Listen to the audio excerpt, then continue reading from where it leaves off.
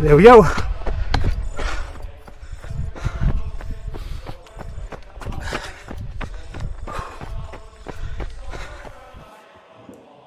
Well, it happened. I suffered an injury while on one of my training runs a few weeks ago. And, it all started, a few months ago when I decided to sign up for the Rock and Roll Half Marathon in Mexico City, which is going to be next month in just a few weeks. And it had been several years since I had done any kind of racing. Now, not that I hadn't been doing any kind of running. I'd go out for a run every now and then, just to start the day off right and feel good for the rest of the day. But not doing any kind of serious running, and definitely not any training for a race, and no races. So I thought this would be a fun way to get back into racing. And since I hadn't really done any racing in many years, I think probably pre-pandemic, so maybe 6 or more years since I've done any kind of racing. So I decided that in August, I decided to fly up to Dallas and run a little 5K there, just to get back into the feel of racing. And I wasn't expecting to do that well. And I ended up doing okay. I think I ran a 31 something, which is nothing to brag about. But it was my first race in many years, so I didn't feel too bad about it. It was a hot day, and so I did that. But immediately when I got back home here to my home here in San Miguel de Allende, Mexico, I decided to try using the Garmin Coach for my training. In the past, I've done my training in different ways. When I ran my very first marathon, I just got a few books, and I think maybe it was Hal Higdon or Galloway or something, and read a few of those, and then just sort of designed my own plan based upon what I was reading in those books. And so I did all right. My goal was to run a sub 4-hour marathon for my first marathon. People were telling me that wouldn't be too bad for your first marathon. And I was also quite a bit younger back then. That was over 20 years ago when I ran my first marathon. And and I did it. I did it in 350 something and 353 and some odd seconds, I think. That was my first marathon. And then eventually I moved to Dallas and started running with the community there, and actually started taking some classes and running, and ended up taking a marathon class ultimately, and running with a coach and other runners, and a little more structured running. Ended up running a marathon, the Dallas Marathon, which is not an easy marathon. There's some serious hills. They toward the end at about mile 20, I think there's what they call the Dolly Partons, a couple of steep hills. So it wasn't the easiest marathon, but I did all right. In fact, I was hoping to BQ, but I had actually suffered an injury right before that race too, and I ended up missing it by just my BQ by maybe 2 or 3 minutes. But yeah, it was a fun race, and that was probably the most structured training I had done. And I've run many races, between now and then, and mostly my running has been, even as I've trained for smaller races, several half marathons and stuff like that. My training has mostly been very intuitive, and so and not followed any structured plan. After that Dallas Marathon I ran, I just sort of did things intuitively the way I felt like it, and ran some decent races. But anyway, I decided to sign up or to start using try using the Garmin Coach for this half marathon race, and I was following that plan. And here again, I'm not a very disciplined person, and so I didn't it would call for, runs at different paces, and inevitably, especially towards the end of the race, I'm one of those people who, when I'm getting close to the end, I can sort of smell the barn, so to speak, and I tend to pick up my pace a bit faster than I should. So I'm not very disciplined in terms of following, those plans in that respect. So even though I was following the Garmin plans on a typical run, whatever it would be, I would usually run, especially toward the end of it,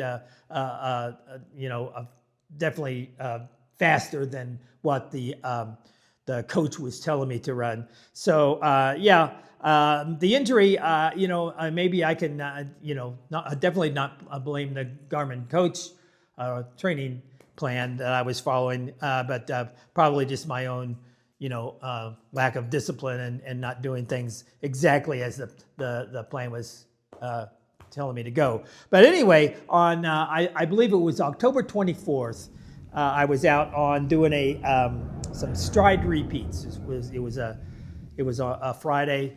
According to the training plan, I was supposed to be doing these stride repeats, and I was supposed to be doing 12 of them. And I was on stride number 9, I think, and all of a sudden I felt a pull in my groin. Well, I'm not very disciplined with that, but as soon as I felt that, I did the smart thing and I immediately stopped. And even though I was a considerable distance away from home, I walked the rest of the way home. And because I didn't want it to injure it any more than I knew I already had. I could feel that little tear right there in my groin for just a second, and I stopped and walked, and so I thought, I hope I can heal this as quickly as possible and get back. The next run that it was scheduled was a progression run on Sunday, and I was taking it easy, the rest of that day on Friday and on Saturday. And, there were a few times when I would not really run, but I would, maybe I was walking to the store and I was going across the street and I'd see a car coming. I'd, quicken my stride a little bit. And whenever I'd do that, I would feel that twinge in my groin. So I knew, I still had some more healing to do. So that Sunday, I just skipped that progression run that was scheduled for Sunday, hoping that I would be able to do my next scheduled run on Tuesday. And when Tuesday came around, I thought, you know what, I'm going to be extra conservative and skip that run. And now also that week, my sister and her husband were scheduled to visit me here in San Miguel de Allende to celebrate Day of the Dead with me. And so I had another run was scheduled. Speed repeats were scheduled for Wednesday of that week. And so what I did, the Garmin Coach will let you sort of change the dates of these runs, shuffle them around a little bit. So I sort of moved all my runs back to where I would do the next scheduled run, which was supposed to be on Tuesday. I could do it on Wednesday morning. And so on Wednesday morning, which was the day that my sister and her husband were scheduled to arrive, I went out and I did those speed repeats, but I actually cut them short because actually, I ended up rescheduling that for Thursday, even though it was supposed to have been done on Wednesday, and they arrived on Wednesday night. So my sister and her husband were here, and so I decided to get up early and try to get that run in. But I since it was going to be my first run since the injury, and because my sister and her husband were here, I decided to cut that one short, just to take it easy. So I didn't do. I think that run was supposed to last a bit over an hour, and at 45 minutes I cut it short, and just came back to be with my sister, and I was feeling okay. And then because I had sort of compressed my running days, which is not a good idea, I scheduled 3 of them in a row, trying to make up for what I not what I had missed, but in order to move them back. So the next one was scheduled for Saturday, and it was another stride repeat. And I decided, you know what, I'm gonna play it safe, especially since my sister and her husband were here. I decided to play it safe and just not do that run either. So I ended up ultimately not doing 3 runs. And then they left, actually, the next, on Sunday morning, they left. And after they had left, I went off to do what was a long run was scheduled for that day. And I just took it easy and did just a little over 10 miles, a 10-mile run for that long run. And then since then, I've been able to actually maintain the schedule. And all is well, and haven't. I think my injury is fully healed at this point, and I've had about a week and a half of running since then, and all goes well. I still, have this really bad habit. I can smell the barn, and it, for most of my training runs, I end up running them a little bit faster than I should. But here's the deal. When I first signed, set up my Garmin Coach, it asked, what I wanted to do. And since it had been so long since I had run any race at all, really, it asked, what time I want to do that half marathon. And I put down 2.5 hours. I thought, I ought to be able to do 2.5 hours half marathon pretty easily.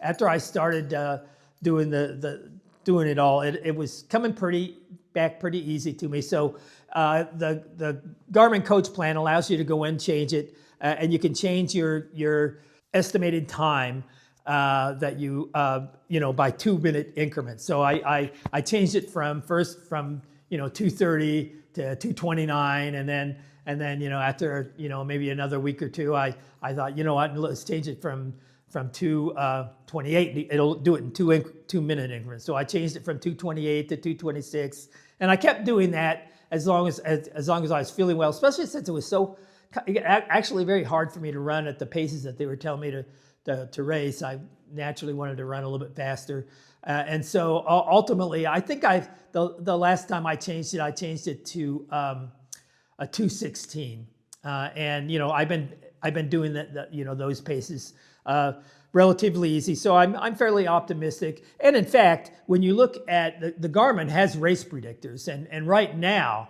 it's predicting my half marathon race pace or race time should be according to their race predictors 2:05. So I think that's would be pretty tough for me to do at this time, but it's interesting to sort of keep track of that and watch that go down. I think when I first started the program, it was estimating it at around 2:15 or something. So it's taken about 10 minutes off my time just since I started their training program.